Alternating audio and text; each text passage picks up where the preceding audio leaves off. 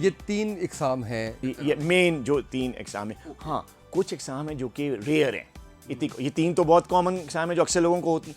कुछ ऐसे चक्कर होते हैं जिनकी वजह दिल की बीमारी या दिमाग की जो बीमारियां वो होती हैं। तो उसमें फिर ये होता है कि या कोई क्लॉट आ गया है जो आपके ये डेंजरस है, ये लाइफ थ्रेटनिंग चीज़ें होती हैं। उसमें होता ये कि आपकी अगर जो ब्लड सप्लाई ब्रेन को जा रही है उसमें कोई क्लॉट है या कोई आर्टीरियल सप्लाई में कोई ऐसा डिफेक्ट है जो कि पूरी सप्लाई नहीं जा रही ब्रेन में, तो आपको चक्कर आते हैं।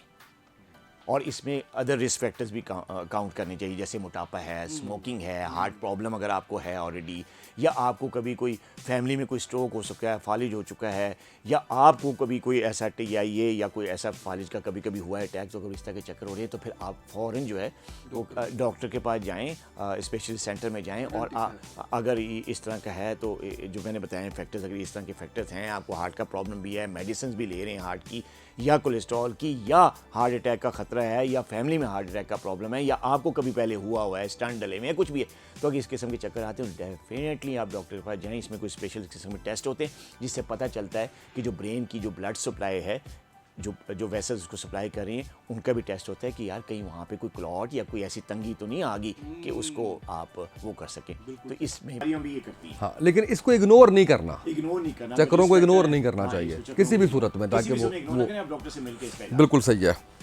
डॉक्टर साहब, एक सवाल आया है, वॉक का बेहतरीन वक्त कौन सा है? अब वॉक इम्पॉर्टेंट है, ये आपने इतना अवेयर कर दिया अल्हम्दुलिल्लाह लोगों को, और हर जो भी हम मसला डिस्कस करते हैं उसमें आप ज़रूर कहते हैं कि वॉक, एक्सरसाइज, कुछ ना कुछ हो।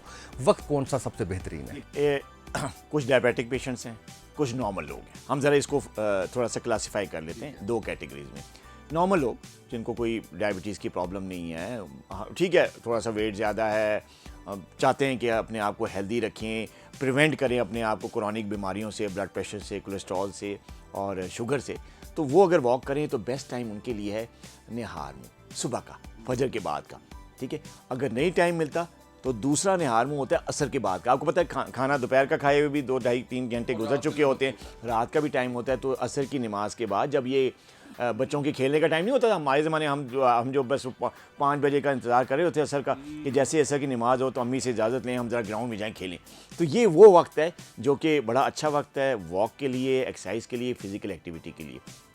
अब बात करते हैं डायबिटिक पेशेंट्स का, कि डायबिटिक पेशेंट्स के लिए भी ये वक्त बहुत अच्छा है, क्योंकि ज़ाहिर है उनको शुगर लेवल भी कंट्रोल करना है, कोलेस्ट्रॉल भी कंट्रोल करना है, कई और उनके साथ बीमारी के साथ चीज़ें जुड़ी हुई हैं, वो सब नॉर्मल हो सकती हैं, वो सब कंट्रोल में आ सकती हैं अगर वो वॉक करें।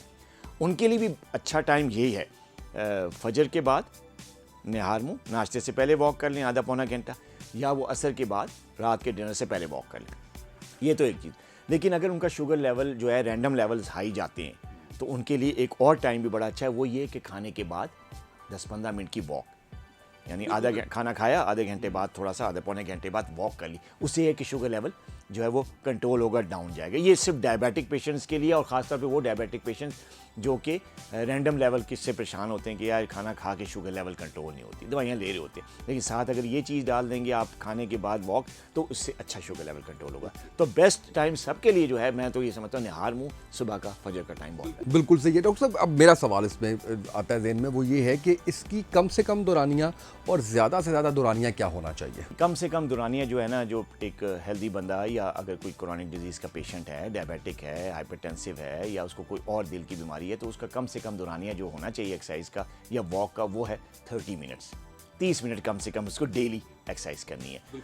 अच्छा, अब अगर फ़र्ज़ करें उसको ज़्यादा से ज़्यादा, आपने बात की कि यार ज़्यादा से ज़्यादा कितना होता है, तो कम से कम ज़्यादा से ज़्यादा आप इतनी भी कर सकते हैं, लेकिन फिर अगर ज़्यादा की उसमें काउंट होंगे तो आप घंटा भी कर सकते हैं, 1.25 घंटा, 1.5 घंटा भी आप वॉक कर सकते हैं, जितनी फिर आपकी बॉडी इजाज़त दे। देखिए, जो मैक्सिमम टाइम है वो फिर आपके ऊपर पर्सन टू पर्सन वेरी करता है। अनकंफर्टेबल नहीं करना अपने आप को अगर फ़र्ज़ करें आप घंटा वॉक कर रहे हैं और वॉक करते हुए आप आधे घंटे के बाद या पौने घंटे के बाद आपके पाँव में दर्द शुरू हो जाता है, आपका सांस ज़्यादा फूलना शुरू हो जाता है, या बॉडी पेन शुरू हो जाता है, या आपका सांस फूलने की वजह से, बॉडी पेन की वजह से आप थक रहे हैं, तो फिर जो है, तो फिर आपने जो है ना ये वॉक वहीं पे स्टॉप कर देनी है। तो अगर आप ज़्यादा से ज़्यादा वॉक कर रहे हैं, घंटा कर रहे हैं, और आपका जिस्म बर्दाश्त कर रहा है तो आप उसको घंटा सवा घंटे तक भी ले सकते हैं। लेकिन अगर आप वॉक करते करते या एक्सरसाइज करते करते दौरानिया इतना ज़्यादा हो जाए और आपको सिम्टम्स आने शुरू हो जाए, पेन हो रहा है, टांगों में दर्द हो रहा है, चक्कर से शुरू हो गए हैं, थकावट हो गई है, सांस फूलना शुरू हो गया, तो फिर वही स्टॉप कर दें और उतने ड्यूरेशन को आप बस उतना ही रखें। बिल्कुल सही है। अच्छा डॉक्टर साहब, एक टर्म नई आजकल हम सुन रहे हैं, है तो पुरानी ज़ाहिर है, लेकिन आजकल अवेयरनेस ज़्यादा आ गई है, डाइटिशियन खासकर कहते हैं मसल लॉस के बारे में, कि आपके जो मसल्स हैं वो लॉस हो जाते हैं 40 के बाद, 50 के बाद, तो उसके लिए वेट लिफ्टिंग ज़रूर करें। आप इस हवाले से क्या आगाह देखिए, करेंगे? मसल लॉस 40 के बाद ही, मसल लॉस शुरू होता है 50 के बाद मसल लॉस शुरू होता है। सार्कोपनिया जिसे कहते हैं, एक टर्म है खास तौर पे, उसको कहते हैं मसल लॉस हो गया, सार्कोपनिया हो गया। उसमें कई रीजंस हैं, हम तो रीजंस के उस पे बेस पे बात करेंगे।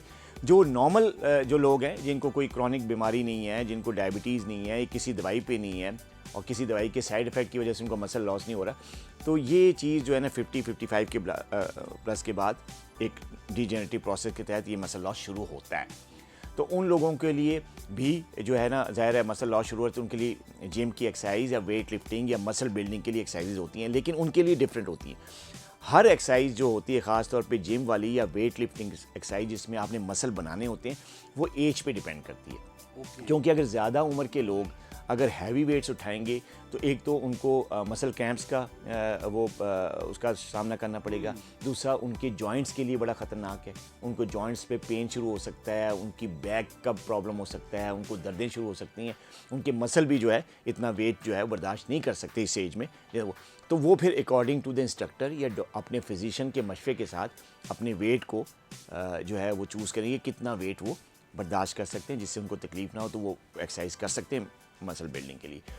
ये तो था वो लोग जिनकी एज ज़्यादा है। जो यंग लोग हैं, 30 प्लस हैं, अभी उनकी एज 50 से कम है, वो लोग अगर मसल लॉस का शिकार हैं किसी भी वजह से, चाहे वो डायबिटीज़ का शिकार हैं या किसी और वजह से, किसी मेडिसिन के साइड इफ़ेक्ट की वजह से अगर उनका वेट लॉस हो रहा है, तो उनको मसल बिल्ड करने के लिए डेफिनेटली वेट लिफ्टिंग करनी चाहिए। और ये हर मसल के डिफरेंट एक्सरसाइज होती हैं, ये नहीं कि आपने बस वजन उठा के खाना शुरू, नहीं।